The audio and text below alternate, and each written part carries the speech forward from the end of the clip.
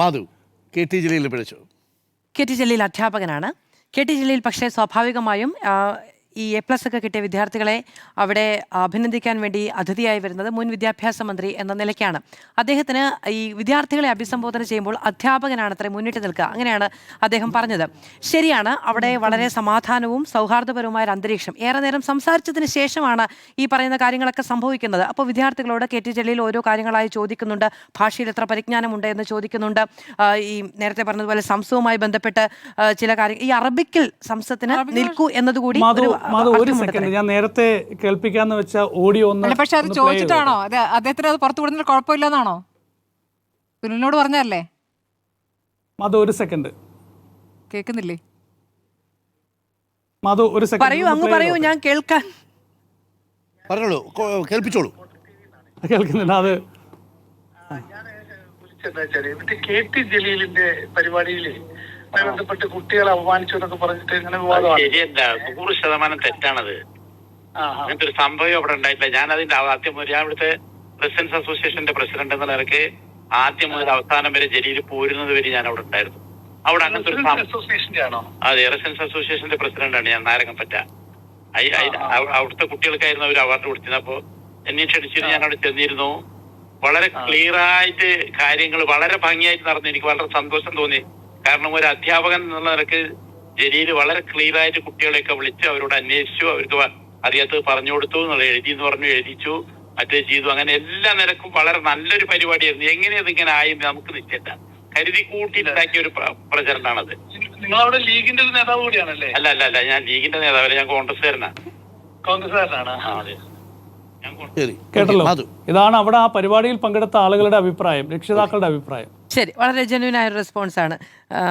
അപ്പോൾ അതവിടെ നിൽക്കട്ടെ. ഇനി ഞാൻ പറഞ്ഞോട്ടെ, ഡൽഹിയിൽ പോയാലും മറ്റുള്ളവർ സംസാരിക്കുന്നതിനിടയ്ക്ക് സംസാരിക്കണമെന്ന് വ്യാസുനിൽ നിർബന്ധമാണ്. അപ്പം നമ്മളത് അനുവദിച്ചു കൊടുക്കണം. ശരി, അപ്പം ഞാൻ പറഞ്ഞു എന്താണെന്ന് വെച്ചിട്ടുണ്ടെങ്കിൽ, മുൻ മന്ത്രി എന്ന നിലയ്ക്ക് അദ്ദേഹത്തെ അവിടെ ക്ഷണിക്കുന്നു. അദ്ദേഹത്തിന് ഉന്നത വിദ്യാഭ്യാസ വകുപ്പ് ഭരിക്കുന്ന സമയത്ത് നമ്മുടെ ഈ വിദ്യാഭ്യാസ വകുപ്പിൽ അല്ലെങ്കിൽ വിദ്യാഭ്യാസത്തിൻ്റെ പിന്നാക്കാവസ്ഥയൊക്കെ വളരെ പരിഷ്കരിക്കാനുള്ള വലിയ ത്വരയുണ്ടായിരുന്നു. നിർഭാഗ്യവശാലോ അല്ലെങ്കിൽ മറ്റെന്തെങ്കിലുമൊക്കെ കാര്യങ്ങൾ കൊണ്ടോ അദ്ദേഹത്തിന് പക്ഷേ പിന്നീട് രാജിവെച്ച് പോകേണ്ടി വരുന്ന സാഹചര്യമൊക്കെ ഉണ്ടാവുകയും ചെയ്തു. ഇതിൽ ഇപ്പോൾ നോക്കൂ, കഴിഞ്ഞ ആഴ്ച ഞാൻ വായിച്ചൊരു വാർത്തയുണ്ട്. പട്ടിക കൊണ്ട് വിദ്യാർത്ഥിയുടെ കാലിൽ ഒരു അധ്യാപകൻ തല്ലി. അപ്പോൾ ഞാൻ അതിൻ്റെ ദൃശ്യങ്ങൾ ആദ്യം കാണുന്നുണ്ടായിരുന്നില്ല.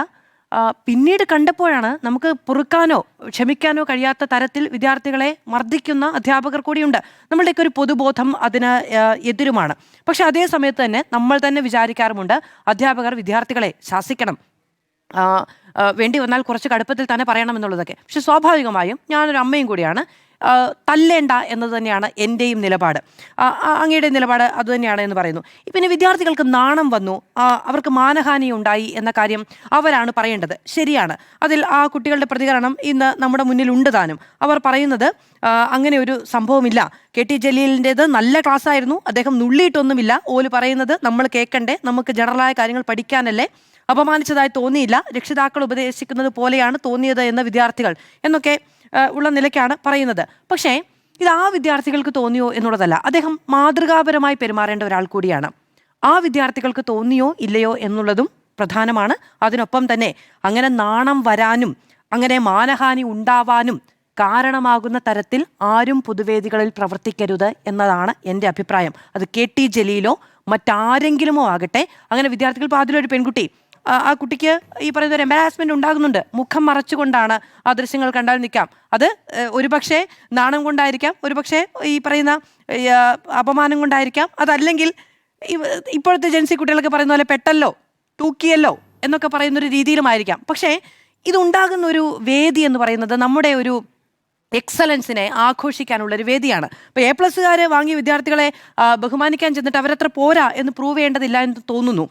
ഇനി നമ്മുടെ വിദ്യാഭ്യാസ വകുപ്പുമായി ബന്ധപ്പെട്ടോ അല്ലെങ്കിൽ വിദ്യാഭ്യാസ രീതിയുമായി ബന്ധപ്പെട്ടോ പ്രശ്നങ്ങളുണ്ട് എങ്കിൽ അത് A+ കിട്ടിയ കുട്ടികളെ നിരത്തിപ്പിടിച്ചിരുത്തി അവർക്ക് അക്ഷരം എഴുതാൻ അറിയില്ല എന്ന് പ്രൂവ് ചെയ്തുകൊണ്ട് തന്നെ വേണമെന്നുമില്ല എന്ന് തോന്നുന്നു. അത് ഉന്നയിക്കാനുള്ള വേദികളുണ്ട്.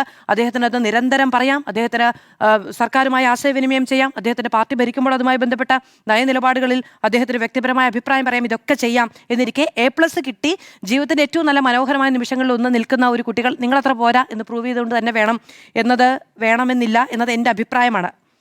എനിക്കത് പറയണം എന്ന് തോന്നുന്നു. ഏത് ടൈപ്പ് ചേട്ടനായാണെങ്കിലും നമുക്ക് കുറച്ച് ഈ പറയുന്ന വകതിരിവ് അല്ലെങ്കിൽ എവിടെ എന്ത് പെരുമാറണം എന്നതൊക്കെ അദ്ദേഹത്തിന് ഇല്ല എന്നുള്ളതല്ല, അങ്ങനെ വേണം എന്നതുകൂടി ആണ് എന്റെ അഭിപ്രായം. കുട്ടികൾ പോരാ എന്ന അഭിപ്രായം കെട്ടി ജലീലിനില്ല കേട്ടോ. അല്ല ശരി, അങ്ങനെ പറഞ്ഞിട്ടില്ല. അപ്പോൾ അവരെ അഭിനന്ദിച്ചുകൊണ്ട് സംസാരിച്ചതിന് ശേഷം ഈ പേര് കണ്ടപ്പോൾ അതിനകത്തൊരു തെറ്റ് കണ്ടു.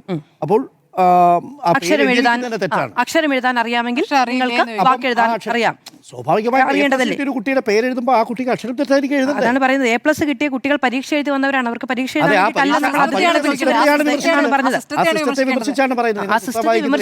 കുട്ടികളെ, അതും ജീവിതത്തിലെ ഏറ്റവും മനോഹരമായ നിമിഷങ്ങളിൽ നിൽക്കുന്ന കുട്ടികളെ ഇല്ലാതാക്കാൻ പാടില്ല എന്നാണ് ഞാൻ പറഞ്ഞത്. അത് ഞാൻ പൊതുവായി പറഞ്ഞതാണ്. KT ജലീലിന്റെ വിഷയത്തെ കുറിച്ച് മാത്രം പറഞ്ഞതല്ല. ഇതെന്റെ അവസരമാണ്. നിങ്ങൾക്ക് തർക്കിക്കാൻ നേരത്തെ സമയമുണ്ടായിരുന്നു. 15,62,000 എന്ന് വായിച്ച ഒരു MLA ഉണ്ടല്ലോ, ഒരു മന്ത്രി ഉണ്ടല്ലോ നിയമസഭയിൽ. തീയതി വായിക്കുകയാണ് 15/6/2026. 15,06,226 മറ്റോ അദ്ദേഹത്തിന് 15 ലക്ഷം എന്ന് അറിയാത്തത് കൊണ്ടല്ല. എല്ലാ മനുഷ്യർക്കും നാക്കുപിഴകളും കൺഫ്യൂഷൻസും ഒക്കെ ഉണ്ടാകും. അല്ല, ഞാൻ നമ്മുടെ ഇലക്ഷൻ റിസൾട്ടിന്റെ 9,000 ഞാൻ 9,000 വായിച്ചിട്ടുണ്ട്. അല്ല, അത് മനസ്സിലായി. പക്ഷെ ഇതൊന്നും ചില ആളുകളുടെ കാര്യത്തിൽ സംഭവിക്കുമ്പോ എന്നുള്ളത് യുമ്മി എന്ന് വായിച്ചിട്ടുണ്ടായിരുന്നു. അതുപോലെയാണ് സംസ്ഥാനത്തിന്റെ പേര് മന്ത്രി തെറ്റിച്ചത്. അതാ പറഞ്ഞത്, ഓരോന്നും എല്ലാവർക്കും പിഴവുകൾ ഉണ്ടാകും. വിഷയത്തിൽ പ്രതികരിക്കാനുള്ള അതുപോലെ പ്രതികരിക്കാൻ വളരെ ഗൗരവപ്പെട്ട ചില സാഹചര്യങ്ങൾ കൂടി ഉണ്ട് എന്നുള്ളതാണല്ലോ. PM ശ്രീയിൽ യൂത്ത് ലീഗിന് പ്രതികരിക്കേണ്ടതുണ്ട്, MSFന് പ്രതികരിക്കേണ്ടതുണ്ട്. അവരൊക്കെ വളരെ വ്യക്തമായ അഭിപ്രായ വ്യത്യാസം കൃത്യമായി വാർത്താ സമ്മേളനം വിളിച്ചു തന്നെ പറഞ്ഞിട്ടുണ്ട്. PK നവാസ് MLA പറഞ്ഞിട്ടുണ്ട്. ഇതിൽ എന്ത് സാധ്യത ഉണ്ട് ഒഴിയാൻ എന്നതാണ് ഈ കമ്മിറ്റി പരിശോധിക്കേണ്ടതെന്ന് അടക്കമുള്ള കാര്യങ്ങൾ പറഞ്ഞിട്ടുണ്ട്. പിന്നെ PM ശ്രീ ആദ്യം ഒപ്പുവെച്ചപ്പോൾ SFIക്കാരെ പേടിച്ചിട്ടാണ് വേറെ ഈ കവാടം ഏറ്റവും അവസാനമായി അടച്ചതെന്നാണ് നാട്ടുകാർ പറയുന്നത്. അപ്പോൾ അതുകൊണ്ട് UDF ഭരിക്കുമ്പോൾ സ്വാഭാവികമായിട്ടും MSF അത് ചെയ്യണം, അല്ലെങ്കിൽ മോശമായി പോകും.